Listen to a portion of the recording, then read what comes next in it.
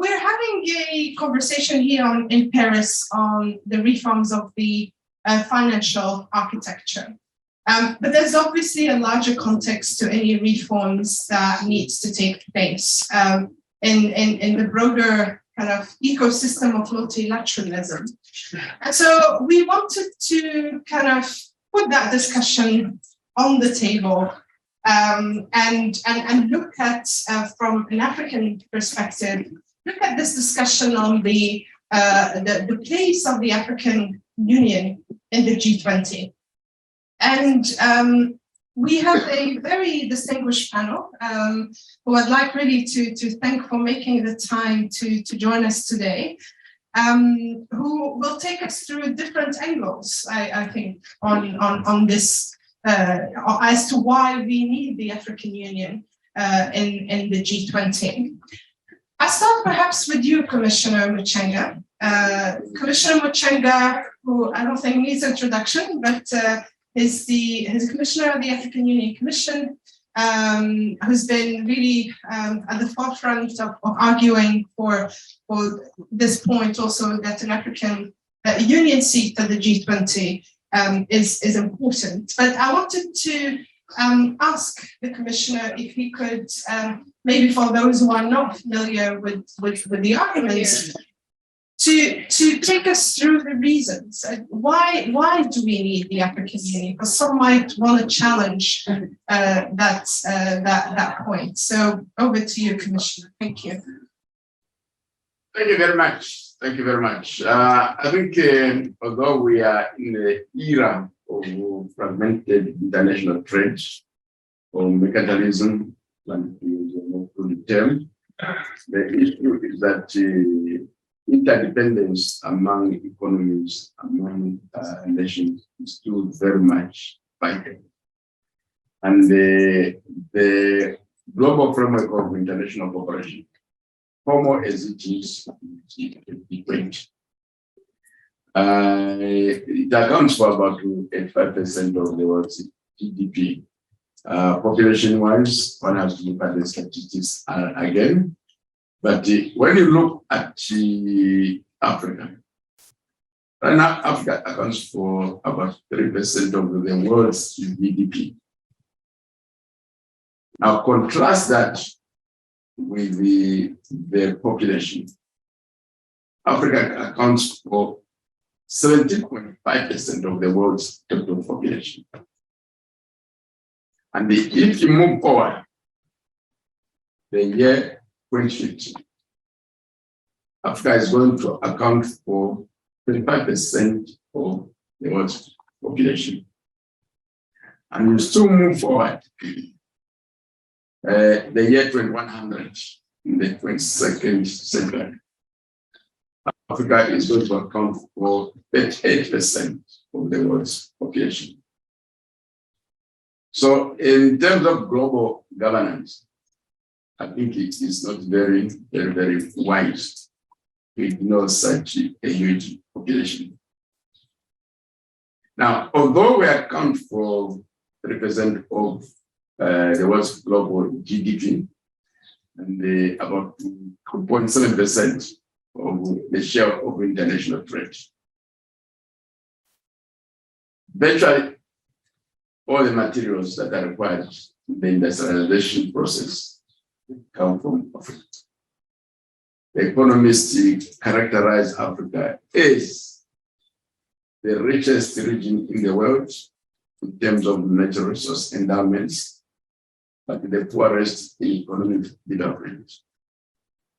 Now, when you have that mismatch, the people vote with their feet. So you've got the phenomena of both legal and illegal migration. So from all this, very, very clear that Africa is a systemic part of the global economy. There's a huge population which is going to offer outlets for consumption in the future very soon. And it also has the world's reserves of natural endowments. So when you talk of strengthening global supply chains, you cannot leave out Africa.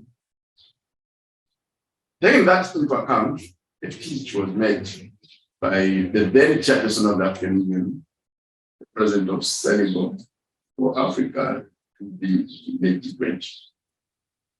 And there was a broad-based support from quite a lot of countries, including the international organization which is there, which is the European Union. So come November, when we have the Leaders Summit, our expectation is that a formal decision is going to be made.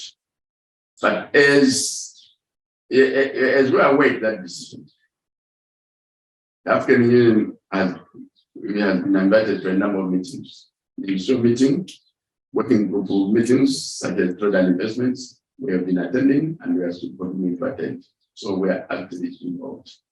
So this is again the background where I say you cannot live out a greater part of humanity in the informal governance of the global economy. We need a voice, Africa needs a voice. The world is going to benefit when Africa has that voice. Thank you. Thank you very much, Commissioner. And I think the point on the importance of the voice is quite important. And I think that your point also is that we are an important partner. The world can no longer keep on ignoring the continent if we want to move forward. I wanted to move to you, Dr. Morsy.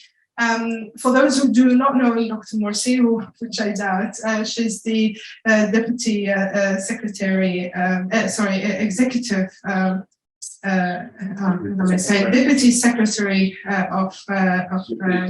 Executive Secretary, sorry, thank you, of the UN Economic Commission for Africa.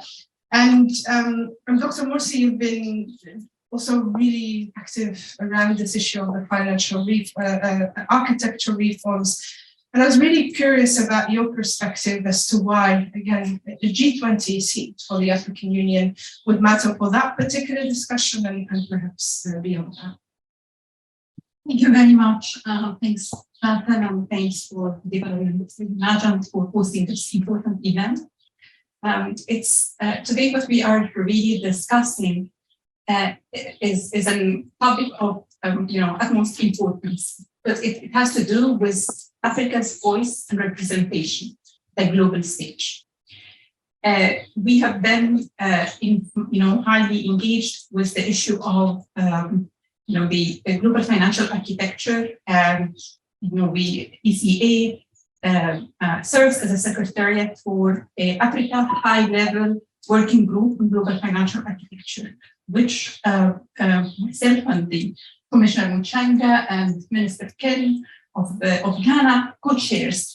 And really this has been what has been trying to do is to advance the agenda of global financial architecture to have a system that is just and inclusive, that works for Africa and thus have a level playing field.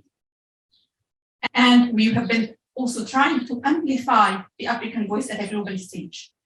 And for that to actually happen, for us not to go in a vicious circle of just going back to the problem over and over again, we have to have a seat at the table. There is a famous saying that if you're not at the table, you're on the menu. This is exactly what happens with global financial systems. If you're not at the table when they make the rules, you just are a rule taker. You get hurt by the consequences, but you don't not have a voice on how they are designed. And we want to change that. And for that to change, Africa needs to have that seat at the G20 to defend its interests, its rights, and to have a system that actually functions, in the interest of the, global good, but also in the interest of Africa. And that's why I see the Africa seat at the G20 as a vital component of that. Had we have this seat 4 years ago, we would, have had a say on how the G20 common framework is being designed. we would have been part of the process on how we design the system and what comes out of it, rather than take it and suffer from it and then, ask for a reset. So it's one of the things that personally very passionate about, that Africa have a seat at the G20, and I hope with all the emerging support that this will actually turn into a reality, and hoping this year, not like in future dates, but within this year, that we actually do have and finalize the African seat at the G20, and we're delighted that there is agreement, at least in the modality, in terms of how it would be with the representation of the African Union and the president, chair of the Commission, as well as the president of the African Union. And I think what we need to do is we need to get through this step, make sure it actually happens, address any issues arising from whether it's the modality or not, while preserving also our right in determining what works for us. Because at the end, other modalities of how it works for other regions does not necessarily mean that it's what is right for us. So we need to also have the voice in terms of how it's shaped based on, the African experience and what works best for Africa. But then I think that will be a very critical milestone to overcome. Of course, there are very high expectations of what then to follow, because we have been hoping for that step to actually, be at the seat, to make sure that things are designed and resolved in a way that is functioning and effective. Then how do we effectively utilize that? And we'll all be, rallying and supporting behind the African Union to make sure that, we get the best out of this seat once it materializes, on the economic agendas, on how things on the, whether it's MDB reforms, whether it's the G20 common framework, whether it's other areas of SDR allocation, other areas of the reform, but for it to happen, and then kind of like thinking ahead of once we get it, how can we help, support, and make sure that we get actions, because we cannot afford, to go through what is happening now and for it to continue for another few years. That is not going to work for, the 1.4 billion Africans that have to suffer while all this is happening. And it's not gonna also be good to have to go through it because it costs future generations. We have a lot to offer as a continent. We are part of the solution, whether it's climate change, the ability to sequester a third of the global needs, the young population, where everywhere else in the world will be aging. So we have a lot to offer, but we need to actually have a level playing field so that we can actually get the benefits and contribute globally with what we have, what we can offer. Thank you. Thank you very much, Dr. Morsy. Very, very concrete case there that you've given on the common framework, which I think really illustrates so clearly as to why a conversation without the continent is bound to ignore really the interests of the continent. Before I move to Mavis, perhaps, and we have one contributor joining us online as well, I wanted perhaps to go back to you, Commissioner. The argument sometimes that we hear as to why it would be difficult to give Africa a G20 position is how can we coordinate an African position? And I just wanted to give you an opportunity here to also challenge perhaps that assumption that we might not be in a position to do it. Thank you very much. Thank you very much. I don't know how many participants are online. No, only the speaker. Only the speaker. I'm saying this issue to say, I think the main issue here be aware that we are very soon going to be in the park. There are 40 ladies here and the 9 plus 1, 10 men here just and the and the only man.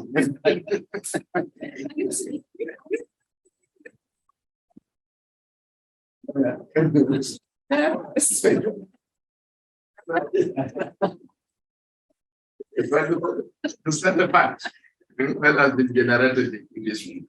The African Union is committed to multilateralism.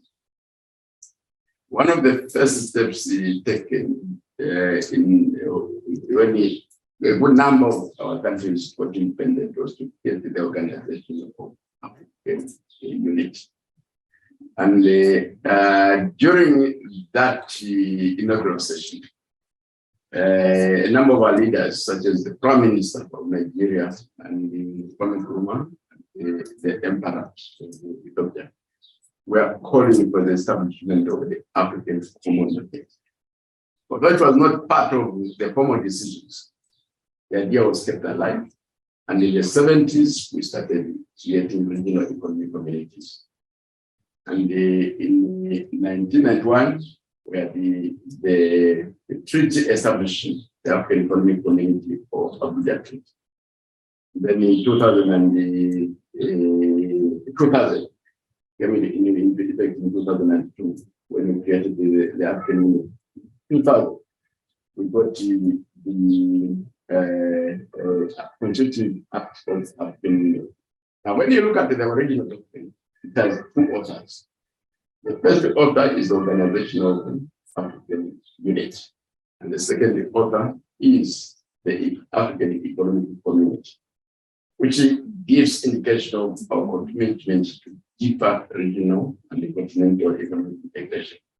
And if you look at the Constitutive Act of the African Union, it has that attachment. And again, if you look at the Article 19 of the Constitutive Act, it establishes the African Union financial institutions. 3 of them are mentioned there: the African Central Bank, the African Monetary Fund, and the African Investment Bank. We now added the African Stock Exchange. There are various stages of establishment. The key issue here is that we have a lot of experience in matters of collaboration. In quite a number of cases, when there has been disagreement in the other governance structures, Africa hasn't spoken with one voice. So we are in a position where it will be very, very, very easy for the African Union to mobilize the member states of the African Union to go and discuss issues of global economic governance. So that issue that there is going to be a problem of coordination does not arise, because we are committed to speak with one voice and at minutes of. Thank you. Thank you, Commissioner, also for putting it in that historical perspective of evolution. I think there is a certain, we have been seeing a certain evolution, I think, of the African Union, a certain evolution in the place of the African Union and African countries in these multilateral fora. And it's about a recognition, really, of the relevance of Africa. I wanted to move to Mavis. Mavis Owasu was the Executive Vice President of the African Center for Economic Transformation, better known to many of us as ACET.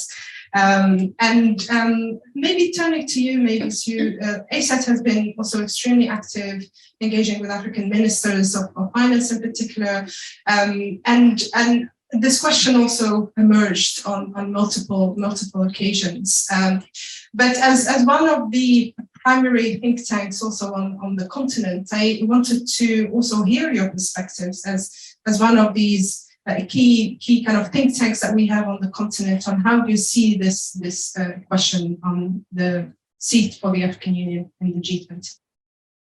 Thank you very much, Faten, and thank you, DR, for the kind invitation. So yes, you are right. In partnership with UNECA and a number of think tanks on the continent, we've been trying to get the position of African ministers more clearly articulated. Because I think in the run-up to the spring meetings, everyone kept saying there isn't a common voice, there isn't a common voice. And for those of you who follow me on Twitter, you'll notice that I kept tweeting, President 1 said, President 2, President 3, like it was just the same message over and over and over again this morning. And it was really exciting to hear. We do have a common voice. That is, we have a common message, and maybe we don't articulate it the same way, but we can get that common message out there. So when we met with these ministers, the idea was in the run-up to Marrakesh, how do we get a clear statement of what ministers are asking for in the international aid framework? So they talked about a common framework, PRGT, SDR, it's in the public domain, it's easily found, and it's G20 seat for the AU was one of the requests that they made. And they're asking us to work with them to draft a Marrakesh declaration around this, which would be announced at Marrakesh, but not seen as the end. It's the steps towards where we need to get to realize the ambitions of the continent. But around the AU, let me start with this. Africa is currently home to 1 in 5 people in this world. And we are rising, and very soon we'll be 1 in 4. So ministers said that there were more women than men. Very soon, when you look around this room, there'll be 40% will be African, okay? And yet, in the G20, we only have 1 seat. Now, compare this with Europe, which is currently home to under 1 in 10 people, and they hold 6 seats within the G20. Now, when we've been talking a lot about the international financial architecture right now, and the fact that there are all these processes. And one of the things that was set up during that process was what they call the pace setters. And the G20 was one of the pace setters. Now, does it make sense that in 2023, a pace setter does not represent a part of the world that is almost 40% of our global population? What pace exactly are they setting given that? So, and we have South Africa representing us. The challenge of South Africa as a representative is that it's not actually quite representative of the 54 nations on the continent. It's middle income, it's more developed than the rest. I mean, and South Africa has been very blunt in saying when we sit at the G20 seat, we sit there for South Africa. So we can't put the burden on South Africa to represent us. Now, to get this over the line, we know it was wonderful this week, or was it last week, to hear Prime Minister Modi announce his endorsement. We also know that we have the endorsement of Brazil, China, Indonesia, and US, France, and Germany, and UK, and Korea have all committed to this. It just needs to be formalized.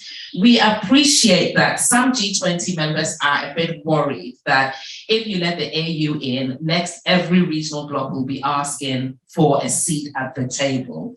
But let's be very, very clear here. We are not talking about every bloc. We are talking about 54 countries. 55. I know, I get it. I've excluded South Africa, sir. On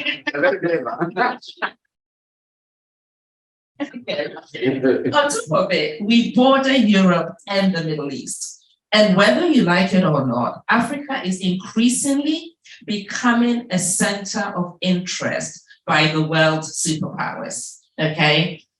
And so you cannot just compare the AU with any African country. But most importantly, I'd like to go to the point Commissioner Muchanga made, which was that we are rapidly becoming a single market, and we are rapidly becoming the largest single market in the world. We are also the youngest growing population in a rapidly aging global society, okay? The world honestly can't afford not to have us at a pace setter table. We just can't. So how do we get there? One, all of us need to support the voice of our leaders on the continent and those globally who are championing for this to happen. And secondly, for my civil society colleagues, let's stop complaining about why it is hard. Let's just pick up our placards and whatever it takes and make sure that we are not waiting for Brazil. And God forbid, we are not waiting for South Africa because it's on the African continent. That would be depressing. Let's change it by November this year. Beautifully put there, Mavis. I think the need also to maybe just let me allow and also allow our two speakers to leave for other engagements. Thanks again for making the time to join us. Yes, I wanted to highlight that as well. Thank you. Thank you. Well, It'd be difficult now. Yeah,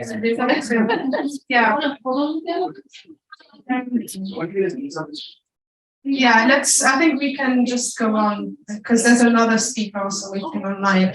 I think I'll put there, I'll go there. I think you concluded on such an important note as well, maybe, that as civil society, I think there is a certain responsibility to believe in the agenda. I think nothing is given, everything is taken. And certainly in these multilateral forums, it's a very, very important reminder. And also that we're speaking of a full continent, not just any, and also not any region. I think besides the European Union, the progress of the African Union as a grouping is relatively advanced if one compares it to others. We mentioned South Africa in the previous conversation, and I wanted to turn to Elizabeth Sidiropoulos from the South African Institute of International Affairs. And Elizabeth, you have a difficult task here of speaking as a South African, as a director of the institute. And the question that I wanted to put to you is, how is this point or this request from the G20 seat for the African Union being seen from South Africa, and also this notion or point that has been kind of raised before, saying that South Africa may not necessarily want an African Union seat. Is that reflective of the concerns of South Africa, or is there more nuance to that? So I just wanted to give you that platform, and thanks for joining us, Elizabeth, from Johannesburg. Thank you. Over to you, Elizabeth. Great. Thank you, Faten. Thank you, Development Reimagined, for the invitation. I hope you can all hear me very well. Elizabeth, we don't hear you yet. Just give us a few seconds to put the sound.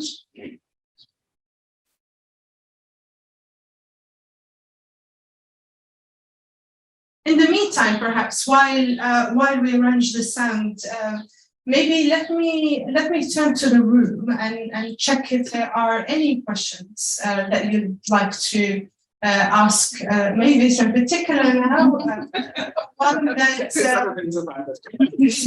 or one that you would kind of want to preempt as Elizabeth is getting ready to speak. Yeah, we have one. Yeah, thanks. Hi, Mavis. I'm Hanan Morsy from Global Nation. So I think it's a huge credit to the African continent and specifically the African Union that they've shown the kind of organizational unity and just capabilities that kind of put them in that position where they have that case to make. Which I think has been a lot of progress over recent years. I work with Africa CDC, you know, there's actual kind of competent bureaucracy as well as some kind of governance. So that's all great. But to me, the argument that says, why aren't we in the room, both kind of has its merits, but also for me questions the whole premise of the G20. Like, you know, because what I felt was weakest about what you said was when you said, oh, but other regions probably don't deserve to be in it. Why, you know, why should South America only be represented by Brazil and Argentina? Why should Southeast Asia? So then you start questioning the whole concept. So should we really be, so obviously it's a center of power and of course you'd want to be there. But is there also an argument that says this is not a legitimate way of us making decisions? can we go back to the UN? So I'm just interested in your view on that. Thank you very much for that question. The sound is ready? Elizabeth, sorry, I'll come back to you. Elizabeth, can you say hello? Hello, can you hear me? Fantastic, we do. Just let me allow me to answer this question, and then I'll come to you, Elizabeth. I don't think, as everybody has said earlier today, the world has shifted substantially since the original institutions were set up, since the papers were set up, etc. But I'm also quite pragmatic that we've been having these conversations around an evolving and a new architecture for the last 5 to 10 years. And we are making very, very, very, very slow progress. In the interim, decisions are being made. So on that premise, yes, Africa has to be at the G20. Should we look at a fairer system? What does that fairer system look like? Totally agree with you. Is the world ready to make that leap? I'm less optimistic. I think it will happen over time, maybe in my lifetime, maybe in yours, but it's not going to happen overnight. But even the ability to make that change will require institutions like the AU to be in current pace sector organizations to push that change. That would be my position. Or being a really good civil servant. Thank you, Mavis. Elizabeth, over to you. Great. Yes, I mean, I'm tempted to also sort of add my voice to Mavis's comment, and perhaps I can do that with your agreement, Faten, very, very briefly, and then I'll move to the South African, more South African focused question. I think certainly, you know, the ideal would be for us to have an effective multilateral system, a formal multilateral, but, you know, clubs like the G20 and the G7 have emerged because of some of the failings of multilateralism. The G20 has become, over the last 15 years, with varying levels of success, of course, the premier global economic governance forum. And what we have seen over the last 15 years, and you, Faten, have alluded to it already, and I think Dr. Morsy also with the common framework, but what we know is that on global financial decisions and issues, decisions are made without fully appreciating the impact that these decisions have on specifically the African continent, which has the largest number of low-income countries, vulnerable populations, vulnerable countries as a result of climate change, and so on and so forth. And we had it in a number of instances over the last 15 years since it was elevated to G20 to a summit in 2008. We had it, I mean, most recently with the debt. Previously, in terms of new financial regulations that were brought on as a result of the financial crisis, one of the areas where South Africa made the case, tried to make the case very, very strongly for the impact some of these regulations would have on African economies, for example, was on the issue of correspondent banking. So it is important that that we have additional African voices in the G20. I myself, specifically on regional bodies, I'm not too, I'm not of the view that we can't have that conversation about what other regional bodies may need to participate. And it almost becomes a sort of a hub. The G20 becomes a hub that in different ways represents entire world, but that the decisions that arrive there, or that are arrived at there, can help to push the more formal multilateral processes a little bit more effectively, because you've tried to build consensus. But let me come to the question of South Africa. I think it's probably not an unfair observation to make that I think of all the countries on the G20, South Africa is usually the only one that is also seen as speaking or needing to represent the continent. And I think the points made by Mavis and others absolutely correct. At the end of the day, we sit there representing South Africa, representing our own interests. That is not to say, of course, that over the years, South Africa hasn't put on the table issues that have been important for the continent. I mean, apart from some of the other examples, I also raised the example of trade assessing and getting a development working group agenda, getting the World Customs Organization to actually produce a report on that, tabling it with support from other developing economies in the G20, but sadly not being able to push it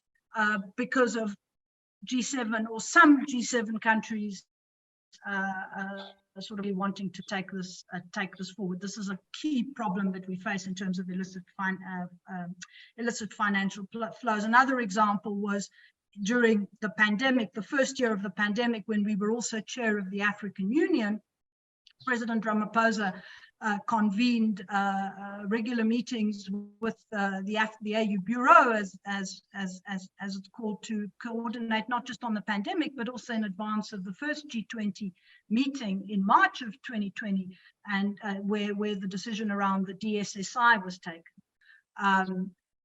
That's just one example, but the common framework, of course, is the other side of the coin.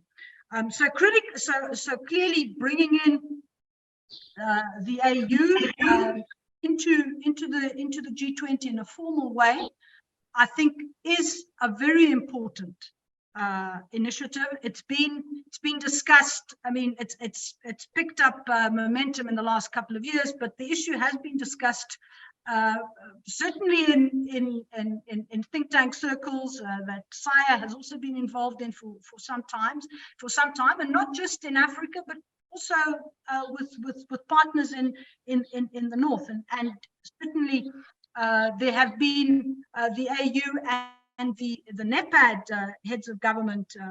I can never get the name, the high level heads of government platform.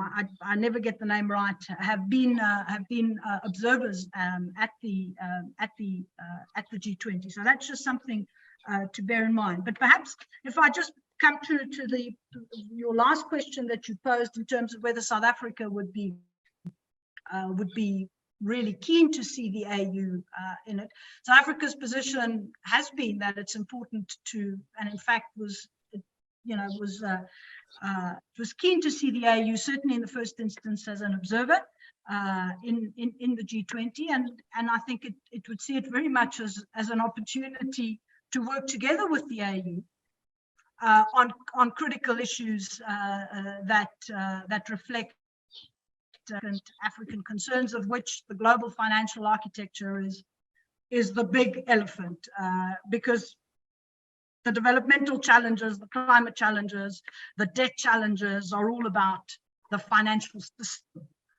It's both about short-term ameliorative initiatives, but it's also about longer-term reform processes. And some would argue also just changing the financial paradigm in which we operate, around how we understand risk and who takes the risk. If we're talking about financing, how do we understand debt? How do we understand debt that is raised in order to address and to tackle SDGs or climate, to take climate action? Should we be disadvantaged because we are trying to tackle these things? So in other words, you give with one and you lots with the other. Is that correct? And then maybe one other point I want to raise, which I think both Commissioner Muchanga and others have highlighted. And before I make that observation, I think it's important to note that there is significant coordination within the G20 of the G7 caucus. And one should never underestimate the impact on the outcomes of having a really, really effective G7 coordination process in terms of the outcomes of the G20. There have been initiatives to really make the emerging economies, not to make them, but to integrate among the emerging economies, and that that hasn't been as effective for very obvious reasons. You know, we're not necessarily as coherent as the G7. But I would say, in the first instance, we need, God willing, the AU becomes a member, but we need certainly good, solid coordination between the two African members. Something that was in a different context, where what we have seen emerge in the United Nations Security Council in terms of the Africa 3 in the Security Council. So we need better Africa Caucus coordination, and then we also need to work to really build up the coordination among the emerging countries in the G20. And you know, there's nothing stopping South Africa, the AU and others to actually really, we need a couple of champions to actually achieve that, because there is coherence, there is convergence on a number of issues around the global financial architecture, and we need to take advantage of that. I don't know if you want me to talk a little bit, Faten, or you want to ask me that later around the modalities of how we make the AU formal membership effective. I can talk about that later. Go ahead, Elizabeth. I think you also started a bit hinting at that. So yeah, it would be useful. Go ahead. Yeah, so I mean, I think the one point, and this is not to take away from, I think, the importance of the AU being there, but I think it is, we need to go in there having sort of thought through exactly how we're going to make this a success. So the modalities, the mechanisms, and so on. And I think the point that the area in which the AU, of course, is different from the EU Commission, which has a seat, is that the EU is also a supranational body, which the AU is not. And so when President von der Leyen sits there, she has a number of competencies on which, as President of the European Commission, she can, you know, she doesn't need an additional mandate. And the AU is obviously different. I think the combination of the AU Commission and the AU rotating chair, I think, makes a lot of sense.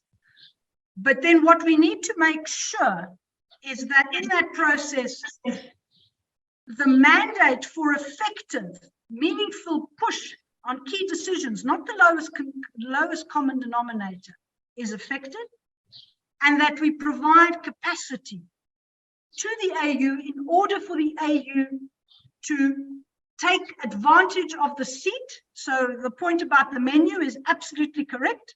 But apart from, if we have a seat at the table, we also need to make sure that we have to continue the metaphor, the cutlery and the crockery, to really, the tools, in other words, to really put on the agenda the issues that are important for us, to be able to put the right arguments forward, to be able to build coalitions where we need to, and to argue our case. It's understanding the informal dynamics in the G20, and there I would say countries like South Africa, organizations like UNECA that have already also been involved in that process, can be extremely useful in terms of building up that capacity. But we mustn't underestimate that we will need within the AU Commission to probably establish a G20 secretariat in the way that all the other members have, because the number of meetings, the number of tracks, working group tracks on the Sherpa side, on the finance track, are extensive. And we need to be able to participate effectively and robustly in all of those. And it's not just at the summit level that we need to think about it. So it is important to also identify how we can ensure that the AU can speak on behalf of Africa without necessarily countries saying, but you didn't have the mandate to take this position on that issue. Because the other thing we have to recognize is clearly that there are 55 member states, including South Africa, and we don't necessarily agree on everything, on the details of everything. But the AU has to sort of speak for all of us on some critical priorities that we identify. So we need to think about the issue of mandate as well, and possibly the troika within the AU. Let me stop there. Thank you, Elizabeth, also for adding this question on how do we structure that engagement, which is one of the points that we often also hear. Having said that, I think there's some lessons, I mean, the way we have evolved the A3. So for those who are not familiar with the A3, it's basically the 3 African countries, non-permanent members of the UN Security Council, who have been speaking with one voice along the lines of a particular agenda decided in Addis by the African Peace and Security Council. But that wasn't really when the decision was made for when the A3 happened. It was something that evolved with mistakes that happened on the way. But for those who followed it very closely, it's very clear that where we are now is very different from where we were 10 years ago. And we do have a situation where some of the A3 members in particular years have not necessarily been on the same page, but because of the decision-making mechanism behind it, that we ended up going towards that single kind of voice. So I think there's some lessons that could be kind of harnessed from there. I mean, the other point, I don't want to myself start responding, but on the EU mandate, for instance, which is very different from the AU one, and which we need to take into account. But just a point, the EC does not have mandates on everything, not on everything on the G20. So, but anyway, but there are ways, I think, modalities, and we don't necessarily need to kind of design things around what exists, but how do we design them in a way that would work for us. I just wanted to go back perhaps to the questions now that we've also heard Elizabeth. You have Elizabeth and you have Mavis here to whom you can ask the questions, but let me go back to you because you have one. Thanks, and I don't want to go old ground because I actually had a similar question to Hassan, which I fully agree with his point, and thank you for answering. My name is Gaia Srisantan, by the way. I'm with Rosa Luxemburg Foundation. And the point of the legitimacy of the G20, and I completely understand that in a world where the G20 exists, it's better for the AU to be there than not be there. But I am curious about how being in the G20 might help further other goals outside. I mean, last year we saw remarkable coordination with the African group pushing through the tax convention resolution at the UN, which seems like a very positive move forward. So we're seeing sort of moving again the tax agenda away from the OECD and into the UN. Could we see more of that? And with the common framework that UNSG earlier this year said the UN is the umbrella under which discussions on debt should happen. So how do you see? And I understand the need for pragmatism, but I feel like we're in a time where pragmatism actually means we have to be radical because that's the level of change that we need. So how would you sort of marry those two needs while having an inside-outside approach? Any other questions? Yes.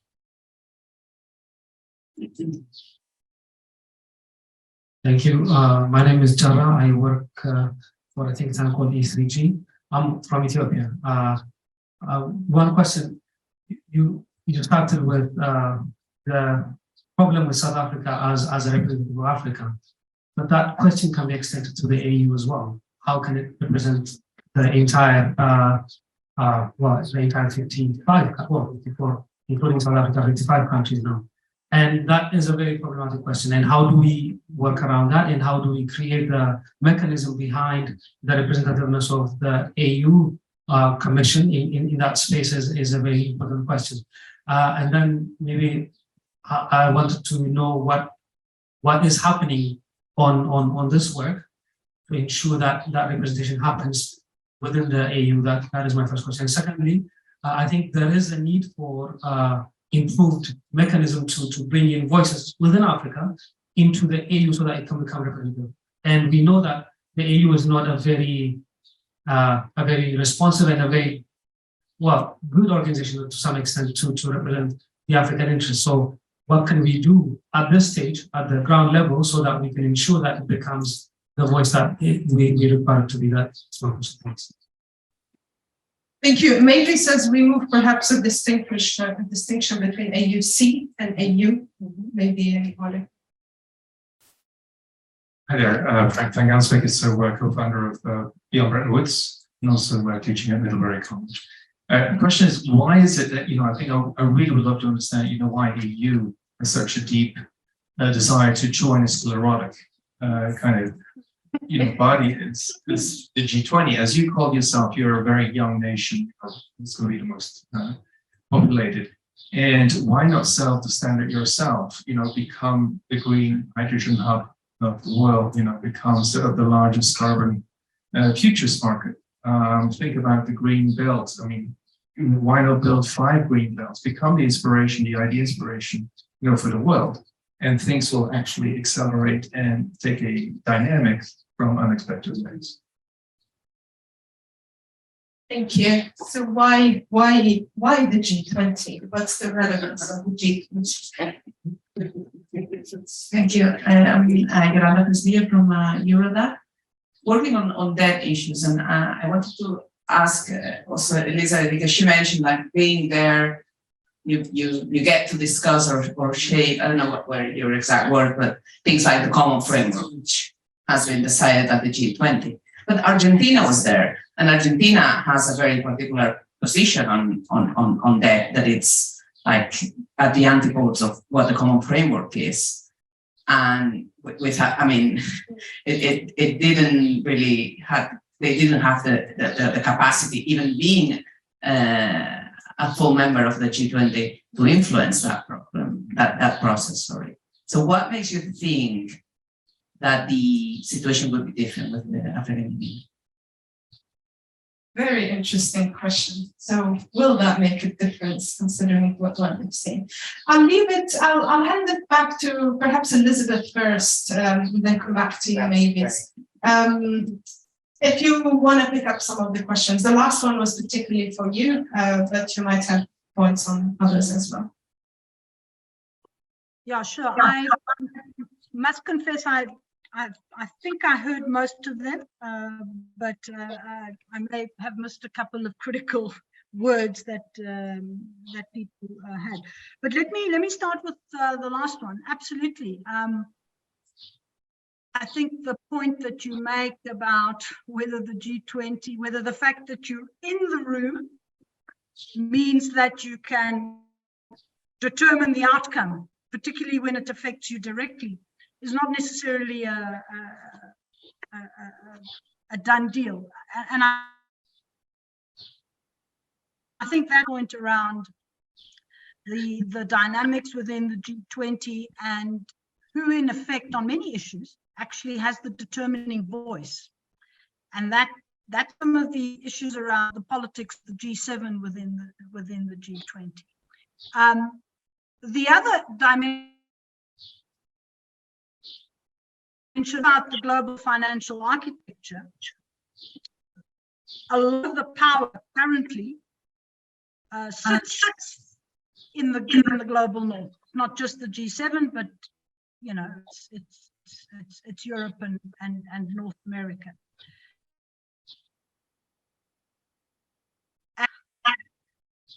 And can be made without reference to other parts of the world or to other circumstances.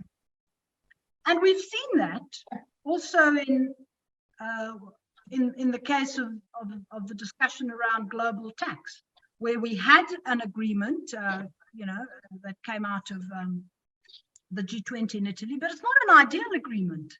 It's not an agreement that actually speaks directly to the interests on tax and global minimum tax and the digital services tax of African countries.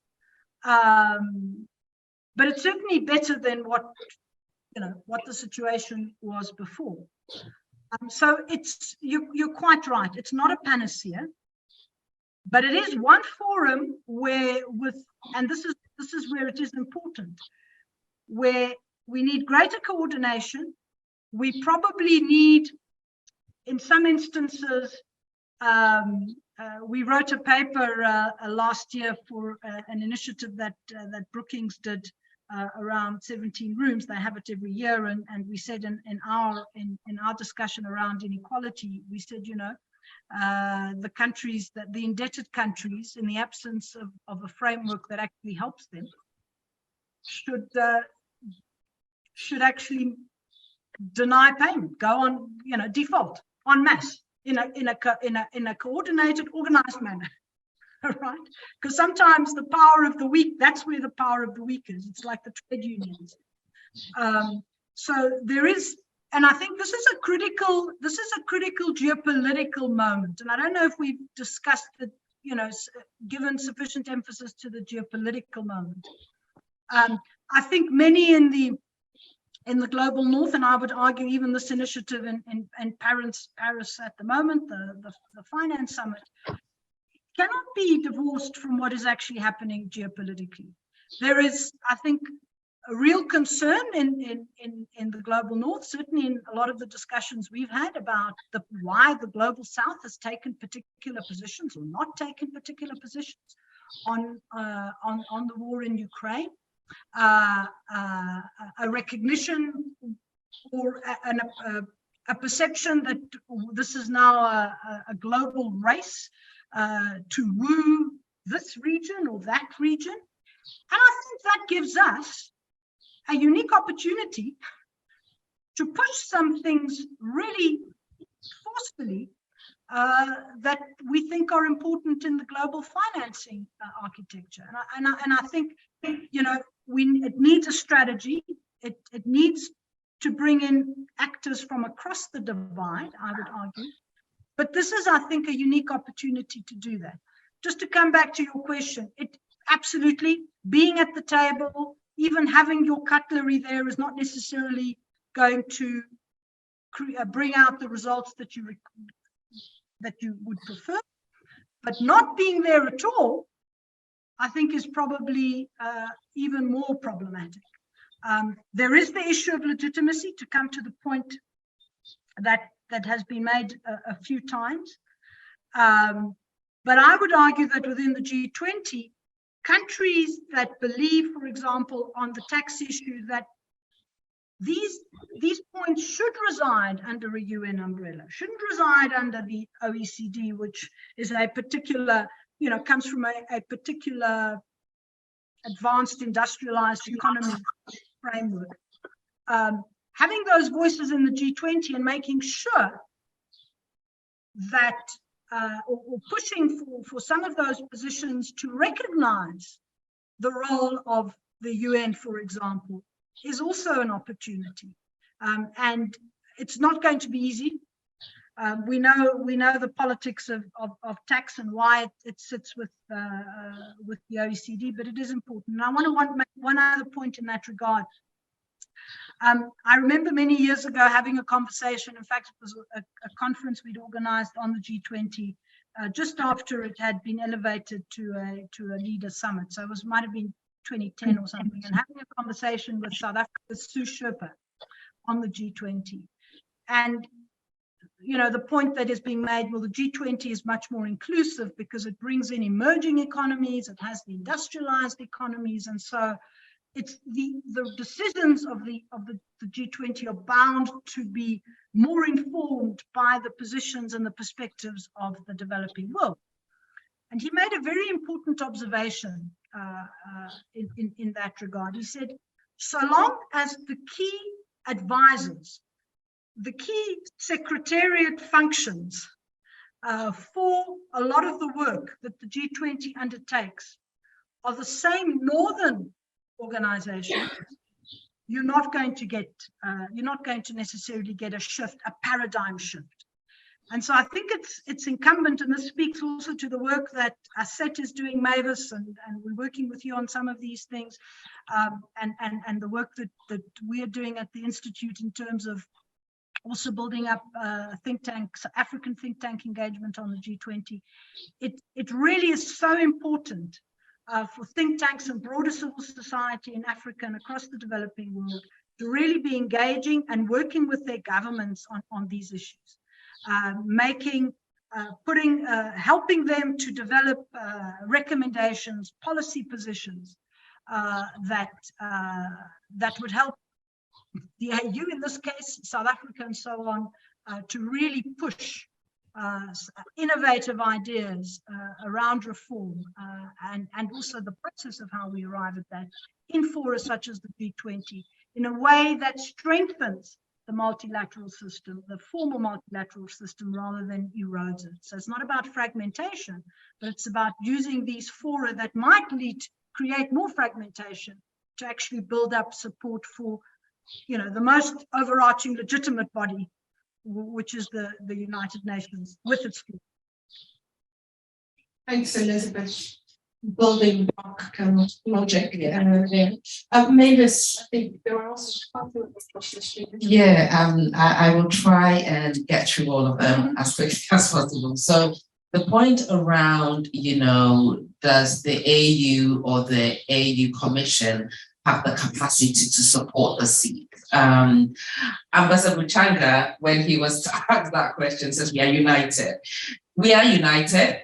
We don't have the investment in the capacity that is required for us to play the role Elizabeth is articulating is something that needs to be done. But building on that, as Elizabeth says, over the last 24 months or so, we have really aligned as policy institute on the continent. We are working together. We are supporting each other to support regional institutions and to support national governments. And some of the work that we are looking at right now is what is the kind of secretariat support that will be required to ensure that the AU through the AUC can really be pivotal at the table, because it can't be a scenario where we go to meetings and we leave. And it can't be a scenario where we don't align as positively, as strongly with South Africa when necessary, so that on some of these global issues, we have a single vote or a single voice. And where necessary, start to build the other caucus. The G7 is powerful. If it becomes the G21, the G14 will be even more powerful.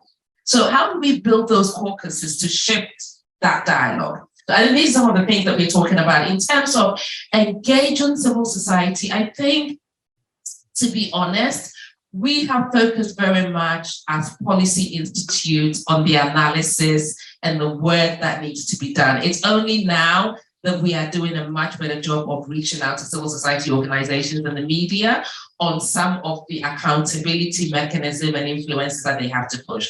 So we, as a continent, we are not there yet, and please join us. We are looking for as many allies as possible because it's a big job. Your question around, we are doing okay. Why do we have to join the club? Why don't we just use that strong voice to stay at the UN? And I want to go back a bit in history. The last time we were here was in a major crisis where the world turned itself upside down to get Africa at the table, okay? After the crisis, things kind of slowed down.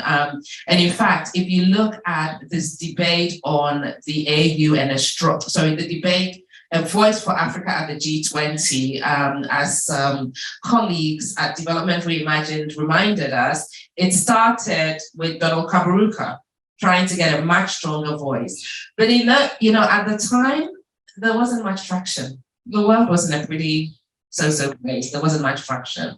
But now there is a crisis. There are all these multiple crises. And the world is looking for a way in which we work together to find that crisis, to deal with that crisis. The second thing that I think is really interesting is the difference in the voice of Africa. You would have heard this morning more African presidents talking about their agency and their rights, and saying we really need a global system that works effectively for us, and a recognition of the size of the continent, what we can offer, the importance for us to be at the table. And I think, I think before I came here, President Ramaphosa said, let's not try and make this another club. It's not going to work or something like that. That there is a real sense of we need to move things forward. We have agency. I don't think that's going to go away. I think the point Elizabeth makes about building blocks, is this a building block that we need to step on to get to the end game? It might be, but it could be naive to say, why even bother joining this archaic system? The simple truth is that archaic system still holds such a large chunk of the power. Okay, so when you look at building green in Africa, the truth is Africa has, I believe, 70 to 80% of the resources to build green, less than 3% of the technology. All right, how do we build green when the technology sits here and we have the resources and we don't have the money to build the technology on the continent, to skill the continent, because actually a lot of our money in the current global system is safer, apparently is safer out there than it is on the continent, although looking at the current bond markets, so maybe at this point there. But I'm just saying that the global finance system means that even the money to realize the ambition you're talking about sits in that space that we are talking about. And, you know, like I was doing some research recently on Africa and the G20 for the Indonesia presidency. And I was really struck that it wasn't until 2014 that the G20 actively put Africa development issues on the agenda. 2014 was when that conversation started. And a lot of the actions that we have seen, okay, really great actions, you know, we saw the DSSI, we've seen things like the G20 finance track, we've seen the compact with Africa, blah, blah, blah. These were all supply-led. You know, Africa did not say we wanted it this way. It was given to Africa. So I think there is something around the horrible reality of money, which is what drives a lot of systemic changes on this continent, sits within that framework, and that's where the decisions are made. And until we can get those decisions and move towards the UN, we will be spinning. And I'm just going to just very quickly, if you look at what we did with Africa CDC, when the world locked us out, we quickly mobilized and we made Africa CDC work. When we needed to move to the next level of Africa CDC, we needed the world's money. It's come with a whole set of issues that we hadn't quite planned for. Africa CDC had a very clear agenda on how to build the pharmaceutical industry on the continent. And it was going to be through building regional value chains that built into hubs. So it would be shared, there would be pockets of excellence, and we would draw on our joint resources to be a global competitor. When the place where the money came in, our beautiful ambition is kind of scattered. It's got to change. So that is the argument we have. We don't have the power over the resources or sufficient power over the resources to realize that ambition. We don't disagree with you on that ambition. We should be the hub of green growth. It makes sense. We should not go through brown industrialization. Green industrialization is a no-brainer for us, okay? But who's going to mine the titanium and the cobalt and all of that stuff? It's a fundamental challenge. So if we sit at that table, we can push a much tougher ball game than we have done thus far. And if we are clever and we work with our partners, like Elizabeth says, and we are strategic, we might influence a bit more change than we actually have right now. And I think our leaders are seem a lot more engaged. So we've got to take advantage of it before the next generation comes who might be disengaged. We never know. Thank you, Mavis. Just before we move to the closing, there were a couple of We have quite a number of participants online. I see we have 30 at the moment. Oh, we said we had none. We have some, and there were a couple of questions that were put there on the chat. The first one is, I'll just read them. Are there certain reforms the EU needs to do that perhaps are blocking its chance to join the G20? And the second question is, how do we differentiate between failure of multilateralism and the drive of concentration of power to devalue more democratic bodies such as the UN and increase or continued influence within bodies such as the IMF or the World Bank, in a sense regulating the roles of structures such as the ECOSOC of the UN and the INFC. We have had G7, G24, G77, etc., which seem to be competing vectors of power, which are challenged depending on arbitrary measures. But let's try. But yeah, I'll stop here. But I think the question is clear. Are we? Yeah.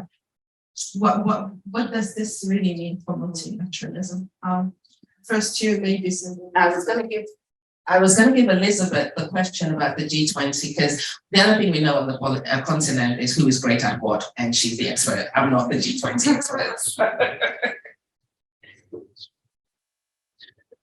Mavis, you can find just on the G20 question, which is the first one, right, by Mustafa. I think the point that we probably as Africans need to reflect on is whether by sitting at the table, I think it's the issue of mandate, and how we enable and empower both the AU Commission, but also then the rotating chair, because the issue with the rotating chair is that every year we have a different rotating chair.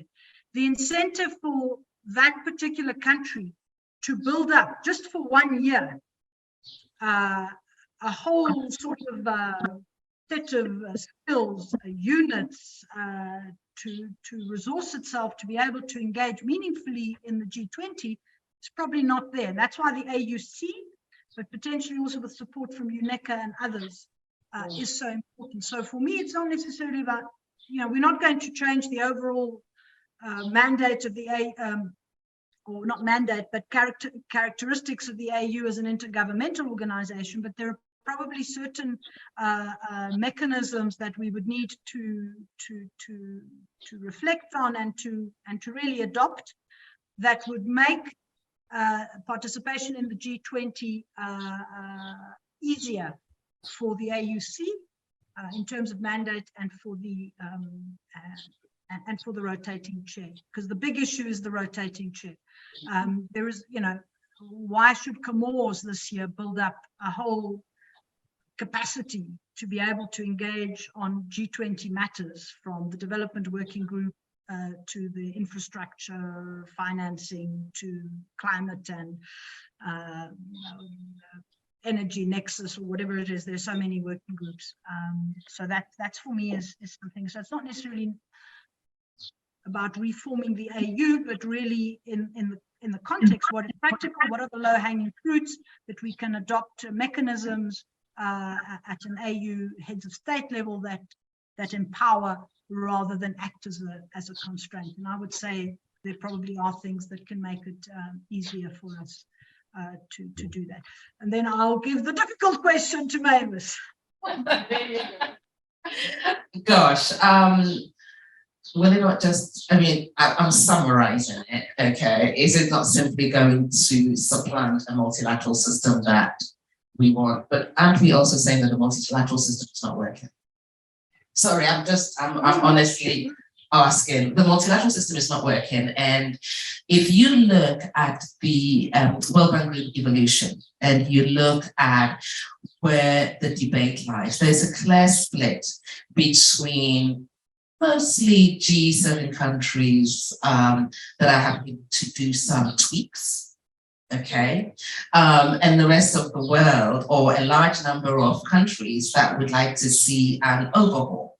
So I hear the argument around there are so many of these blocks and they keep evolving and, you know, whatever.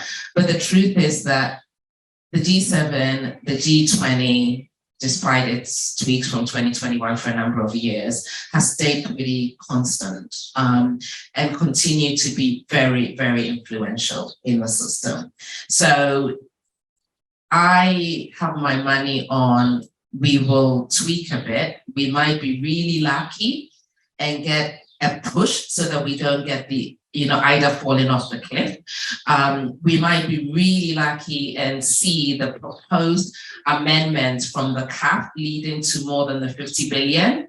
And a large percentage of that money will go to low-income countries. Because if you look at the fund that Abe referenced this morning in his presentation, half of that, more than half of the money is going to Ukraine and Moldova.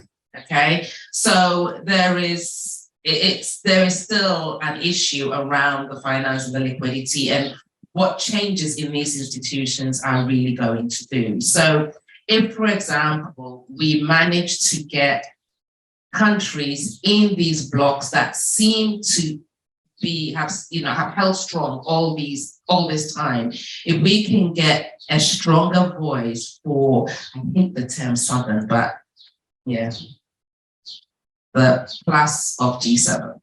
Yeah, if we get more countries in that group, maybe we could change some of the issues. You know, double shareholder voting. Could we start lobbying to change it a bit in the IMF? Could we start pushing for bigger changes in the bank? Could we see a stronger relationship between the MDBs at the center and the regional MDBs? Because all of this stuff are stuff that the UN is pushing. You know, it's not like the UN hasn't had it. They are pushing it, but it's not shifting.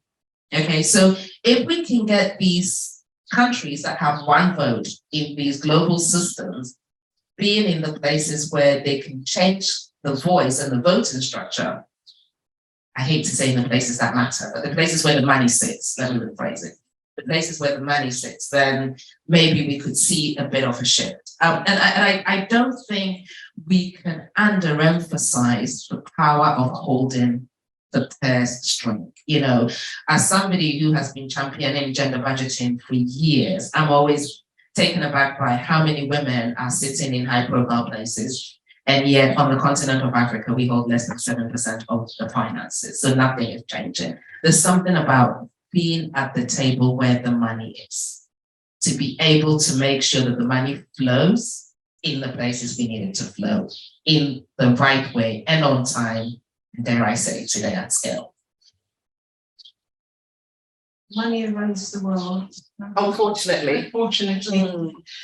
On that note, but I think perhaps on a more positive note, I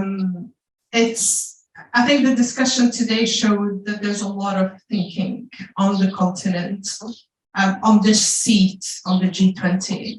It's not that the different thinkers or those involved are not aware of the criticism or aware of the challenges.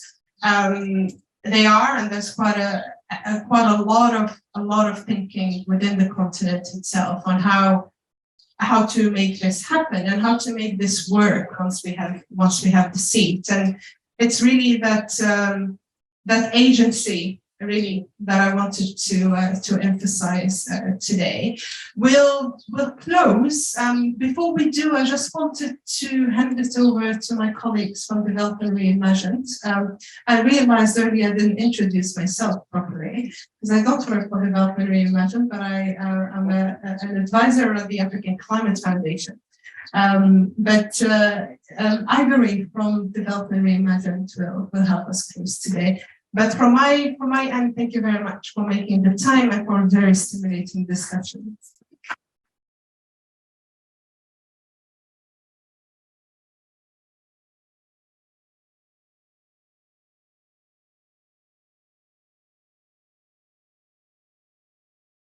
Good evening, everyone. Thank you for sparing some time to be here. And we have a closing speech, but before I start, my name is Ivory Cairo, Policy Analyst at Development Reimagined, and my colleague James Cuff from Development Reimagined as well, a program manager. And we must say that we have thoroughly enjoyed this session. But first, on behalf of African Climate Foundation and Development Reimagined, I must thank you all who are physically in this room and those of you who have attended online, and taking your time to join this fundamentally crucial discussion. And without you, it would not have been possible. And thank you as well for the excellent questions you have asked. And thank you to the panelists for the excellent answers they have given us. I'm also extremely grateful to our distinguished speakers again. His Excellency Commissioner Muchanga, who is not in the room with us, but the African Union, or the African Union Commission, and also the Deputy Executive Secretary of the UN Economic Commission, Dr. Hanan Morsy, Mavis Owasu, thank you very much, of the African Center of Economic Transformation. And online we have Elizabeth from the South African Institute of International Affairs. Thank you all for your knowledge and your insights on this. And of course, we cannot forget Faten Aggad from the African Climate Foundation for being excellent at this and being a flexible moderator today. And so I just want to talk about the topic of this discussion, which was from Paris to Delhi, the demand for new financial architecture and why the G20 needs the African Union. Well, Paris is in the title because we're in Paris, and Delhi is in the title because India is the current president of the G20. And as we have heard from our esteemed panelists today, the aspirations is for the AU to become a permanent member of the G20 by India at the G20 summit in September. With only 3 months to go until the G20 summit, there is clearly still more that needs to be done.